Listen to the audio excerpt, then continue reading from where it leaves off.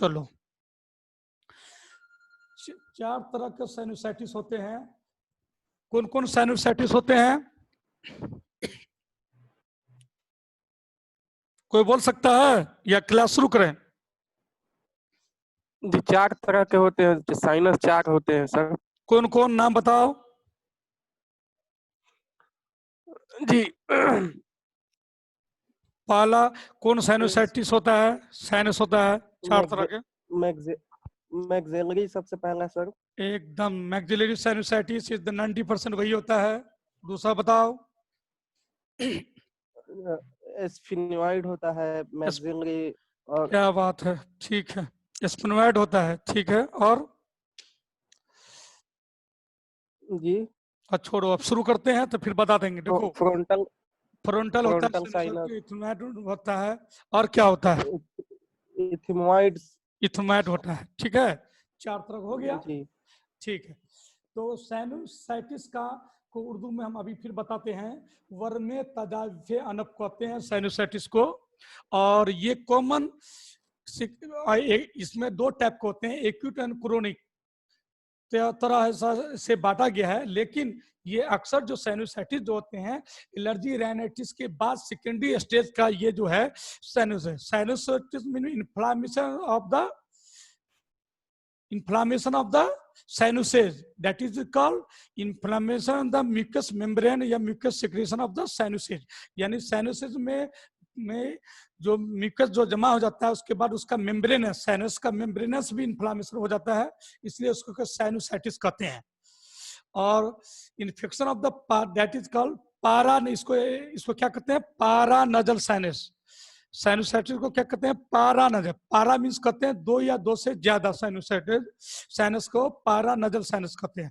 तो साइनोसाइटिस में तो डिफिनेशन करते हैं, infection of the paranasal sinus is term as sinusitis, यानी उसके इन्फ्लामेशन द म्यूकस सिक्रीशन या mucus membranes of the sinuses, that is called sinus. That is sinus. देखो, इसका चार टैप होता है। They are the 4 types of the paranasal sinus. There are 4 types of after paranasal sinus. सबसे पहला होता है maxillary sinus is the first. maxillary देखो ये है maxillary sinus is the first sinusitis. It is about 90%। जितने साइनोसाइटिस चार sinus में ये पहला साइनस है मैक्सिलरी साइनस। तो साइनसेज है जिसमें 90% एक्युमुलेशन होता है फ्लूइड, और सबसे ज्यादा कॉमन आदमी को इसी से अफेक्ट होता है। सबसे पहला मैक्सिलरी साइनस। दूसरा फ्रंटल साइनस, देखो ये फोरहेड में फ्रंटल साइनस। तीसरा इथमोइड साइनस, देखो इथमोइड साइनस। और एक स्फेनोइड साइनस, देखो ये है, ये आंख के ऊपर भी देखो, आईब्रो के ऊपर में छोटा साइनस, हाथ से छू कर देखो, छोटा साइनसेज पता चलता है। ये देखो, यही है स्फेनोइड साइनस, जो साथ में टेम्पोरल रोड पर एयर के बगल में नजर आता है। लेकिन ये जो चार तरह के साइनसेज होते हैं, उसमें maxillary sinus the main first sinuses होता है। तो टैप क्या टैप जो इसको है, एक्यूट मैक्सिलरी साइनोसाइटिस, क्योंकि ये अक्सर एलर्जी से शुरू होता है। निहाल आया है, ये अक्सर एलर्जी से शुरू होता है, इसलिए सबसे ज्यादा 90% जो साइनोसाइटिस होता है वो होता है मैक्सिलरी साइनोसाइटिस। 90% होता है, जो मोस्ट कॉमन होता है। दूसरा एक्यूट फ्रंटल साइनोसाइटिस और chronic maxillary sinusitis, chronic sinusitis और इथमोइड एंड स्फेनोइड साइनोसाइटिस। चार तरह का ये साइनोसाइटिस है। लेकिन 90% जो साइनोसाइटिस होते हैं, 90% जो साइनोसाइटिस होते हैं, आसिम का बहुत ज्यादा होता है, बार बार रिपीट होते हैं। तो समझ में आ गया? पहला मैक्सिलरी साइनोसाइटिस, दूसरा फ्रंटल साइनोसाइटिस, तीसरा इथमोइड साइनोसाइटिस और चौथा स्फेनोइड साइनोसाइटिस। चार तरह से होता है ये।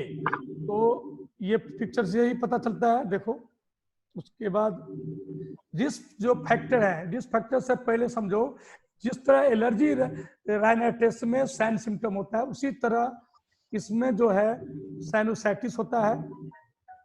वो बताते हैं पहले, उससे पहले रिस्क फैक्टर समझ लो। रिस्क फैक्टर में नजल इन्फेक्शन, कोई भी नजल का इन्फेक्शन, डायटिकल एलर्जी राइनाइटिस जे हो या जो, तो एलर्जी राइनाइटिस होगा, जिसके कारण भी सेकेंडरी इन्फेक्शन में कॉमन कॉज करेगा साइनोसाइटिस। दूसरा डेंटल इन्फेक्शन, डेंटल इन्फेक्शन में ये कॉमन बैक्टीरियोलॉजिकल साइनोसाइटिस, इसमें अक्सर डेंटल वायरल भी होता है, लेकिन बैक्टीरियोलॉजिकल कॉमन से ज्यादा स्प्रेड करता है, क्योंकि डेंटल अनहाइजेनिक होने की वजह से, डेंटल में कैलकुलस होने के, पैरिया होने की वजह से अक्सर मुंह से बदबू होता रहेगा, समझे, जिसके कारण कॉमन वह सेकेंडरी इन्फेक्शन होता है, और इनोडर्म्स बैक्टीरिया इन्वॉल्व होने की वजह से कॉमन ये डेंटल इन्फेक्शन स्प्रेड करता है साइनोसाइटिस में। तीसरा ट्रोमा, देखो ट्रोमा में जो नर्व होता है, जो ट्रोमा चोट लगना, ये फर्स्ट में एक्यूट में साइनस में इन्फ्लामेशन होगा, लेकिन उस टाइम में कोई बैक्टीरिया वायरस का कोई रोल नहीं होगा ट्रोमा में, लेकिन कुछ दिन के क्रोनिक ट्रोमा में की वजह से जैसे ब्लड का जमा हो जाएगा, सही ढंग से ट्रीटमेंट नहीं होगा, जिसके कारण वह साइनोसाइटिस में चेंज हो जाएगा।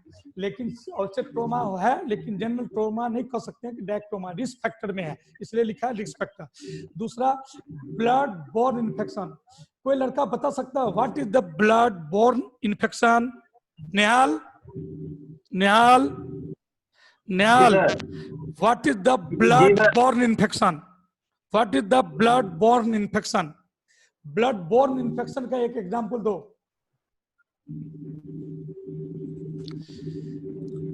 ब्लड बोर्न इन्फेक्शन से क्या डिजीज की वजह से होता है? ब्लड बोर्न इन्फेक्शन की वजह से क्या क्या डिजीज हो सकता है?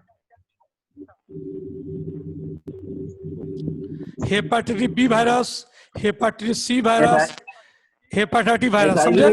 हाँ, HIV वायरस, समझे? तो ये हुआ ब्लड बोर्न इन्फेक्शन, याद रखना। इसका सेकेंडरी फैलने वाला, मतलब फैलने वाला हो। हाँ हाँ हाँ, ठीक है। उसके बाद टोन्सिलाइटिस एंड एडिनोइडाइटिस। टोन्सिलाइटिस कॉमन, देखो ये टोन्सिलाइटिस कॉमन सेकेंडरी इन्फेक्शन, क्या कि कोई भी इनहेल करते हैं, बैक्टीरिया, वायरस, फंगल, कोई भी इनहेल करते हैं तो टोन्सिलाइटिस में, उसके बाद वो टोन्सिलाइटिस से स्प्रेड करके वहां वायरस और बैक्टीरिया की वजह से टोन्सिलाइटिस से कॉमन साइनोसाइटिस में कन्वर्ट हो सकता है। ऐसा नहीं है कन्वर्ट हो जाएगा, कन्वर्ट हो सकता है। दूसरा है एडिनोइडाइटिस। कोई आदमी बता सकते हैं व्हाट इज एडिनोइडाइटिस?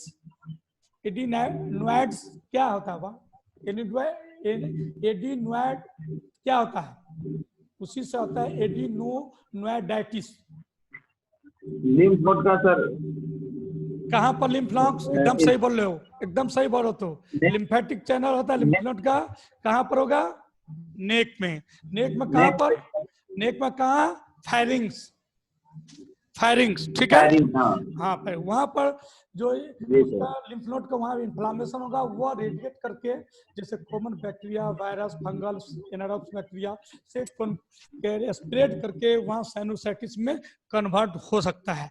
दूसरा lower resistance, that is called poor immunity, mall nutrition वाला जो पेशेंट है, तो जो बार बार रिकरेंट सर्दी खांसी होता है, उसके पेशेंट को पुअर इम्यूनिटी रहेगा तो कॉमन इन्फेक्शन कोई भी हो सकता है। इसके दूसरी बात एटमॉस्फेयर पॉपुलेशन, जैसे सर्दी इलाका वाला, पहाड़ी सर्दी इलाके वाला, बर्फ जहाँ बारिश ज्यादा होता है, जैसे शिमला, नैनीताल, कश्मीर, तो जहाँ बर्फ हमेशा ज्यादा रहता है, उस एरिया वाले कॉमन एलर्जी से रिएक्शन से हमेशा एटमॉस्फेयर पॉपुलेशन की वजह से या उस एरिया की वजह से हमेशा कॉमन कॉज उसको साइनोसाइटिस पेशेंट आता है। हम लोग देखते हैं मिलिट्री मैन जो आते हैं कश्मीर साइड से, जो बर्फ एरिया में रहता है हम लोग के पास, तो वो हमेशा कहते हैं सर हमेशा एलर्जी, रनिंग नोज होता रहता है, हमेशा सीवियर हेडेक होता है, स्नीजिंग होता है, उसके बाद रनिंग नोज होता है, रैनोडिया होता है, कॉमन कहता रहता है। तो ऐसा वाले पेशेंट को कॉमन साइनोसाइटिस में कन्वर्ट हो सकता है रिस्पेक्टर में। दूसरी बात, पैथोलॉजी किस किस स्टेज है? सबसे पहला catarrhal stage. Catarrhal stage means rhinorrhoea, यानी रनिंग नोज होगा, यानी उसको नाक बहता रहेगा, स्नीजिंग आएगी, छींक आएगी, कभी नाक बंद होगा। कैटल स्टेज में क्या हो जाएगा, चेहरा टमटमाता रहेगा, सीवियर हेडेक होगा, फीवर होगा। देख लो कैटल स्टेज में क्या होगा, रनिंग नोज होगा, सबसे पहले ज्यादा राइनोडिया होगा, that is called running nose, sneezing, nasal block और हेडेक, सीवियर टमटमा चेहरा होता रहेगा। कैटल स्टेज में हमेशा देखना टमटमा चेहरा रहेगा, एकदम रेडनेस रहेगा, नाक आंख रनिंग नोज रहेगा। कैटल स्टेज एक्जुडेशन में क्या होगा, एक्यूमुलेशन ऑफ फ्लूइड वहां जमा हो जाएगा, एक्जुडेशन में एक्जुडेट हो जाएगा। और रिकरेंट जब होगा रनिंग कैटल स्टेज में, बाद में सेकेंडरी फेज में कॉमन जमा होता जाएगा। तीसरा जब जमा होगा तो purulent stage, secondary purulent stage आएगा, that is called secondary infection cause कर देगा। देखिएगा कोई भी जैसे ग्राम नेगेटिव बैक्टीरिया जैसे स्ट्रेप्टोकोकस, स्टैफिलोकोकस, न्यूमोकोकस इन्वॉल्व होगा पुरुलेंट स्टेज में। तीसरा स्टेज जो है पुरुलेंट स्टेज। चौथा स्टेज है स्टेज ऑफ द कॉम्प्लिकेशन। तो जब भी साइनोसेज होगा तो फिर कॉम्प्लिकेशन क्या हो जाएगा, तो कभी नजल, हेलो, नजल ब्लॉक हो गया, कभी रनिंग नोज होगी, फीवर होगा, हेडेक होगा, समझे, फ्रंटल हेडेक होगा। तो ये स्टेज ऑफ द कॉम्प्लिकेशन होगा। जो जैसे एलर्जी राइनाइटिस में है उसी तरह साइनोसाइटिस में भी होगा। कभी नजल ब्लॉक होगा, कभी रनिंग नोज होगा, सीवियर हेडेक होगा। और उसके बाद अगला स्टेज है स्टेज ऑफ रेजोल्यूशन। जब एक टाइम आता है जैसे एलर्जी राइनाइटिस से 7 से 14 दिन एक कॉमन इन्फेक्शन का है, तो अगर एक मिड स्टेज देखा तो 5 से 7 दिन में के है, लेकिन 13-14 दिन के बाद स्टेज ऑफ रेजोल्यूशन आ जाएगा, धीरे धीरे स्टेज हो जाएगा। तो सही रहा, किसी किसी को भी शुरुआत में सही रहेगा, लेकिन सेकेंडरी इन्फेक्शन कॉज करेगा तो सही नहीं होगा। इसलिए अक्सर ट्रीटमेंट चलेगा भी, वैसे मैक्सिलरी साइनोसाइटिस में बिना ट्रीटमेंट का ठीक नहीं हो सकता है। जनरल फ्लू और है, जनरल आता है, उसमें आया 3 दिन में बिना एंटीबायोटिक का भी ठीक हो जाएगा। लेकिन जिसी वक्त साइनोसाइटिस में, मैक्सिलरी साइनोसाइटिस या कोई भी साइनोसाइटिस में, एथनोइड हो, फ्रंटल हो, स्पेनोइड हो, तो साइनोसाइटिस में होगा एंटीबायोटिक का इसमें रोल होगा ही, क्योंकि रिकरेंट होता है बार बार और सेकेंडरी इन्फेक्शन कॉज करता है, तो इसलिए इसमें चेंज होगा ही। दूसरा क्लिनिकल मैनिफेस्टो, अभी जैसा बताया उसका स्टेज के बाद फिर क्लिनिकल मैनिफेस्टेशन में वही होगा, डिस्कम्फोर्ट इन द नाइजोफैरिंग्स। क्यों होगा नाइजोफैरिंग्स में, क्योंकि रनिंग नोज होगा, स्नीजिंग होगा, नजल ब्लॉक होगा, समझे। उसके बाद से डिस्कम्फर्ट आदमी फीलिंग करेगा, कभी फ्रंटल हेडेक होगा। दूसरा जिस कैविटी में एक्यूमुलेशन होगा, फ्लूइड का जमा होगा, वहाँ सीवियर पेन होगा, और पेशेंट हमेशा चाहेगा झुक के चले, इतना सीवियर पेन होगा। जैसे फ्रंटल में, मैक्सिलरी साइनस में तो थोड़ा कम होता है, फ्रंटल में बहुत ज्यादा होता है फ्रंटल हेडेक आदमी को। वैसे भी मैक्सिलरी साइनोसाइटिस भी है, तब भी फ्रंटल हेडेक ज्यादा होगा आदमी को।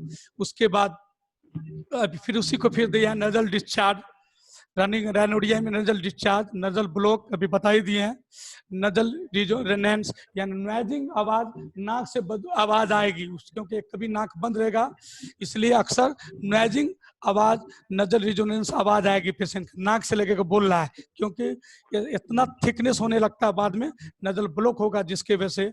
उसके बाद कभी कभी ड्राई कफ निकलने लगेगा, और बाद में जैसे नाक बंद है तो लेना रहेगा, कभी स्नीजिंग छींकेगा पेशेंट इतना जोर से, कभी कभी सेकेंडरी, कभी कभी इपिटेक्सिस हो सकता है, इंजरी वहाँ, और मलेरिया, बैडी एक, फीवर, ये कॉमन इसमें होता ही है, ठीक है। और ये जो जब भी होगा 1 से 3 महीना के बाद ही होगा, ये क्रोनिक में जब भी आएगा तो 1 से 3 महीना के बाद ही क्रोनिक में आएगा। शुरू में 1-3 महीना के अंदर जो होता है उसमें एक्यूट में रहेगा, 3 महीना के बाद ही क्रोनिक में चेंज हो जाएगा। तो दूसरा डायग्नोस्टिक टेस्ट करने का जो है, साइनोसाइटिस का जो डायग्नोसिस क्राइटेरिया में टेस्ट कैसे डायग्नोस्टिक करेंगे, डायग्नोस्टिक करने के लिए कैसे बैठाएंगे। जैसे एक होता है पोस्चर टेस्ट, कोई आदमी बता सकता है पोस्चर टेस्ट कैसे करेंगे, साइनोसाइटिस में पोस्चर टेस्ट कैसे करेंगे। देखो कभी पोस्चर, आदमी कहेगा पोस्चर पोजीशन में लेटा हो तो कैसे लेटेगा, सुपैन में तो सब लेटाते हैं, पोस्चर में कैसे लेटेगा, बताओ निहाल तुम। पोस्चर टेस्ट के लिए कैसे करेंगे, जिस तरह हम लोग आईसीयू में कार्डिक बेड हम डालते हैं, कार्डिक बेड डालते हैं, क्यों? जी सर।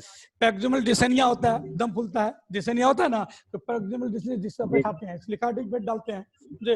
तो इसी तरह हम जिस तरह अभी बैठे हुए हैं, देखो एक तरह की ये हो गया पोस्चर टेस्ट, इस तरह से बैठाना है, देख रहे हो? Hold sir. हाँ, आधा कुर्सी पे चेयर पर लटका कैसे बैठे हुए हैं, देखो ऐसे, ये इस तरह का पोस्चर हुआ, ठीक है, ये पोस्चर टेस्ट हुआ। इस तरह से यानी पूरा सुपाइन नहीं बैठाएंगे, लेकिन हाफ सिटिंग होगा, इसको क्या कहेंगे? ये हाफ, ये सिटिंग है, देख रहे हो, ये सिटिंग है, और इसको कहते हैं हाफ सिटिंग। ये ऐसे तक के हेड हमेशा ऊपर की तरह रहेगा, देखो 120 एंगल की तरह रहेगा, इसलिए 90 एंगल पर ऐसे नहीं बैठेगा, ऐसे रहेगा, उसी को कहते हैं पोस्चर। इसमें क्या करना है, तो पोस्चर टेस्ट में क्या करते हैं, जैसे नोस्ट्रिल से, जैसे मान लिया कि राइट नोस्ट्रिल ब्लॉक है, लेफ्ट में ओपन है, तो पहले तो हम एग्जामिनेशन करेंगे डायग्नोस्टिक क्राइटेरिया के लिए, देखने के लिए। तो मान लिया कि लेफ्ट में देखे तो टॉर्च से, लाइट से हम देखते हैं, नोस्ट्रिल को ऐसे करके देखना, पहले नोस्ट्रिल ओपन है कि नहीं, जैसे ओपन लगेगा। दूसरी बात, कंजेशन है कि नहीं, देखे हो, टॉर्च से देखें कंजेशन है एक। दूसरा हो सकता है नजल पॉलिप हो, वो उसको भी देखने के लिए कि निचला अक्सर की। दूसरी बात कि अंदर कितना ब्लॉकेज है, अंदर कभी कभी ऐसा हो जाता है पूरा नाक ब्लॉक रहेगा, म्यूकस सिक्रीशन से नजल पॉलिप नहीं रहेगा, लेकिन अंदर म्यूकस कितना फॉल्स लेयर थिकनेस बना देता है, फॉल्स लेयर इतना नोज में थिकनेस बना देता है म्यूकस सिक्रीशन का, तो नोस्ट्रिल बंद हो जाता है, पूरे क्लियर लगेगा नोस्ट्रिल सट गया है ऐसे। तो उसको करके ऐसे पूरा एक नोस्ट्रिल को पूरा डायलेट करके ऐसे करके देखना है टॉर्च से कि कहाँ तक ब्लॉक है, वो एग्जामिनेशन करने के लिए पोस्चर टेस्ट करते हैं। दूसरा है ट्रांसल्यूमिनेशन टेस्ट। ट्रांसल्यूमिनेशन टेस्ट में वही टॉर्च के सहारा से दोनों तरफ से, एक नोज से देखते हैं, दूसरा थ्रोट से देखते हैं, थ्रोट से करके उसके बाद देखते हैं, थ्रोट द्वारा देखते हैं कि कहाँ तक ऐसा ना कंजेशन आगे तक कन्फर्म पूरा हो जाए, थ्रोट तक इन्फेक्शन फैला है देखने के लिए। लेकिन टॉर्च से नाक के नोस्ट्रिल को देखकर टॉर्च से क्लियर कंफर्म करके देखते हैं कि कहाँ ब्लॉकेज है, कहाँ नेजल पॉलिप है, तो ये इसके लिए ये टेस्ट देखते हैं। दूसरी बात, कहीं कौन साइनस है, साइनोसाइटिस के लिए देखने के लिए हम लोग जो क्या करते हैं, रेडियोग्राफी में क्या करते हैं, एक्सरे पीएनएस टेस्ट करते हैं। Waters view, what is the waters view, बताओ तो वाटर्स व्यू क्या होता है, तुम लोग को पढ़ाए हैं एलर्जी में, राइनाइटिस में। वाटर्स व्यू हम लोग रेडियोग्राफी जो करते हैं, X-ray PNS X-ray waters view करते हैं, कैसे करेंगे कोई बताओ तो, निहाल तुम बताओ। जी सर। वाटर्स व्यू क्या होता है, waters view, PNS X-ray PNS waters view. Water view sir नहीं मालूम। नहीं, जिससे पानी में तैरते हैं कैसे करते हैं, मुंह को ऐसे करते हैं ना, देखो हाथ ऐसे रहता है, पूरा मुंह का डुबा लेते हैं, तो इसी तरह ऐसे देखो, उसी को कहते हैं वाटर्स में, तैरते पानी में कैसे, ये थोड़े ऐसे करके तैरते हैं, अक्सर मुंह डब कर तैरते हैं, पूरा कम से कम फ्रंटल पूरा पार्ट, हाफ पार्ट मुंह में अंदर चला जाता पानी में, तो वाटर्स भी उसी को कहते हैं। तो पीएनएस को देखने के लिए जो रेडियोग्राफी का होता है उसको कहते हैं वाटर्स व्यू, ठीक है, याद रखना है, लिखो इसको एकदम। दूसरी बात, अक्सर रेडियोग्राफी से ही पता चल जाता है कि, हेलो, हाँ कितना टाइम हुआ, अरे 5 खत्म हो गया, नहीं रुको, हेलो सुना दे रहा है क्या, हेलो हेलो, हाँ हाँ ठीक, हेलो हेलो, आवाज आ रही है, हाँ ठीक है।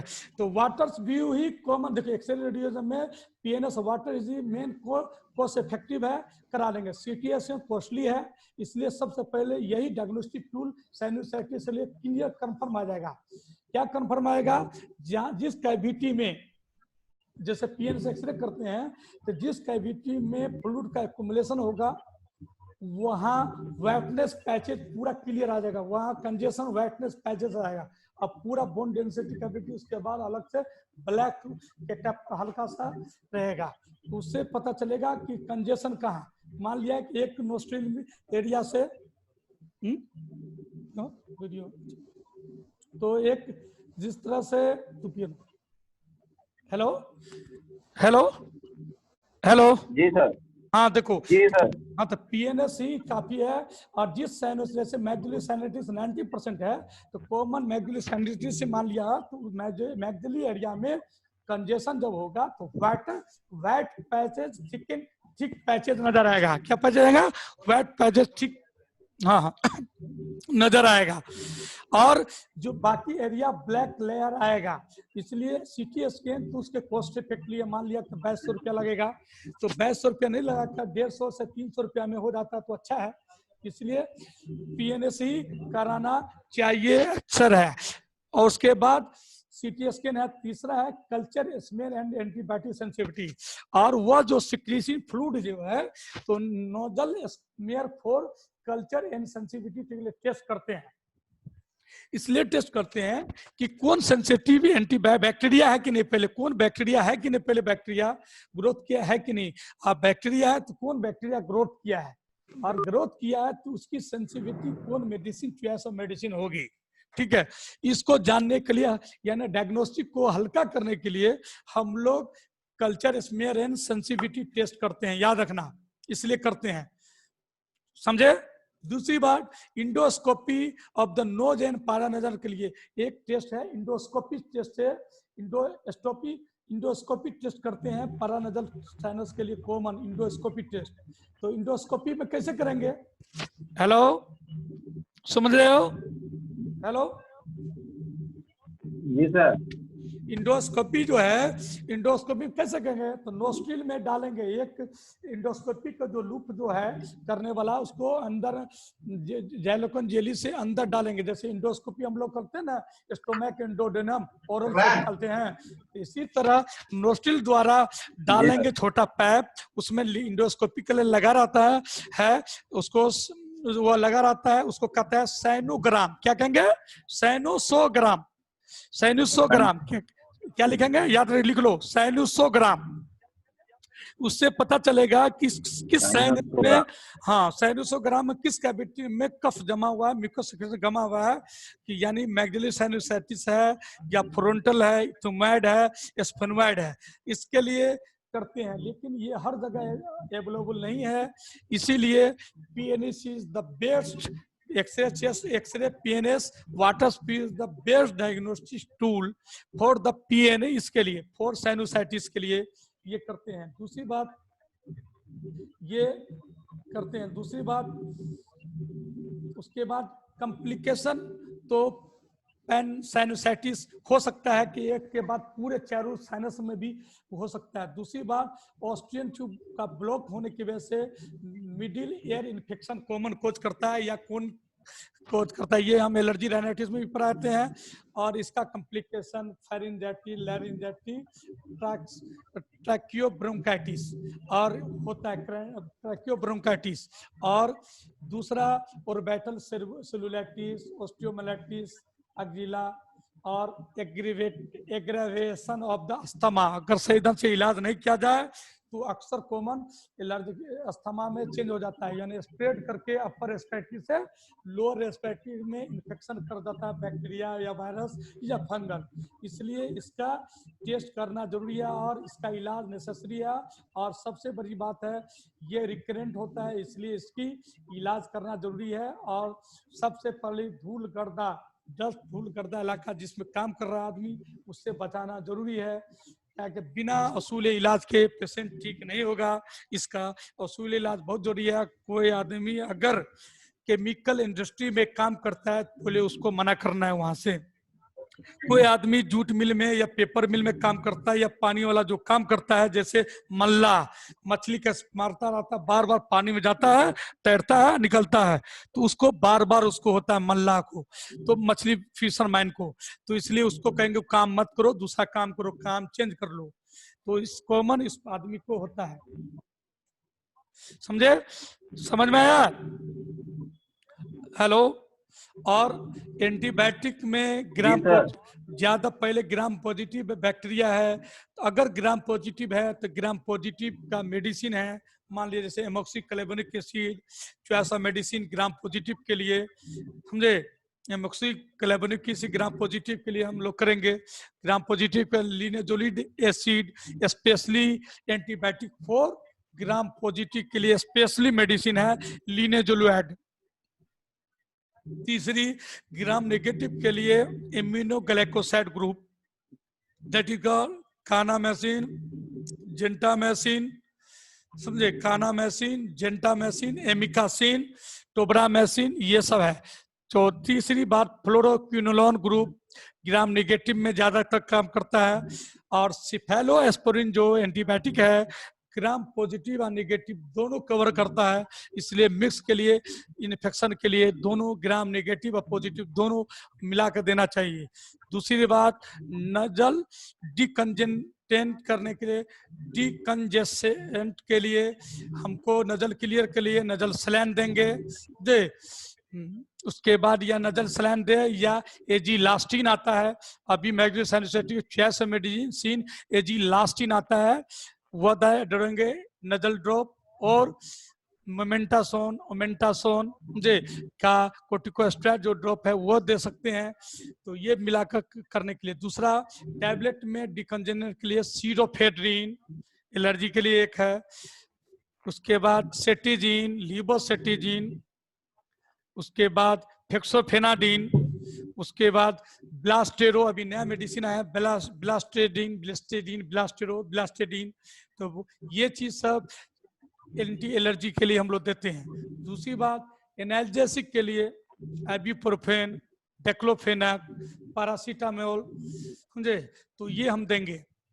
और स्टीम इनहेलेशन बार बार कराने की कोशिश करेंगे। स्टीम इनहेलेशन में गर्म पानी के वेपर में टिक्चर बेंजोइन का इनहेलर दे देंगे के लिए ड्रॉप डालेंगे, या कार्बल विक्स डालेंगे, या कार्बल वेपर आता है उसको डालने के लिए डालेंगे, और उसके बाद एक टब में गर्म पानी खोलता हुआ पानी में डालेंगे, और उसके बाद ऊपर से इनहेल लेंगे, एक कपड़ा से मुंह ढककर लंबा लंबा सांस लेंगे। तो स्टीम इनहेलेशन जो है ये बहुत जरूरी है, राहत मिलेगा पेशेंट को, फ्रंटल हेडेक खत्म करेगा, क्योंकि फ्रंटल हेडेक जब तक कफ जमा रहेगा अंदर नहीं जाएगा। दूसरी बात, इसकी वास भी होता है, नजल का वास भी करते हैं। क्या करते हैं, नजल सिरिंज पंप आता है, उसको लेकर नजल नोस्ट्री अंदर पैप डालकर और नजल सलाइन मिलाकर मेडिसिन और डाइलोकेनॉल मिलाकर हम लोग वास करते हैं। और नजल वास करते भी हैं सर्जन, अक्सर ईएनटी सर्जन, ओटोरैनिंगोस्कोपिक सर्जन उसमें ओटोरैनोस्कोप से देखते हैं और उससे वास करते हैं, तो वास करते हैं। तीसरा आगे अगला सर्जरी है, जैसे नजल पोलिप है तो नजल पोलिप पोटैश से साफ कर देंगे, और नहीं तो जहाँ पर फुल साइनस कंप्लीट ब्लॉक है तो उसको सर्जरी द्वारा उसको वाश करेंगे, उसको क्लियर करेंगे। मान लिया कि नजल डेविएटर नजल सेप्टम है तो सर्जरी द्वारा उसको बोन कार्टिलेज को उसको हल्का सा थिक है तो थिन करेंगे, हल्का से क्रोच करके पुरेट कर देंगे। पुरेट करने के बाद उसको वहां से नजल क्लियर, बोन डेंसिटी एकदम क्लियर रहेगा नाक, उससे सांस लेने में दिक्कत नहीं होगा। इसलिए डेविएटेड नजल सिस्टम में अक्सर सर्जरी होती है। और ये बिना शुरू में मेडिसिन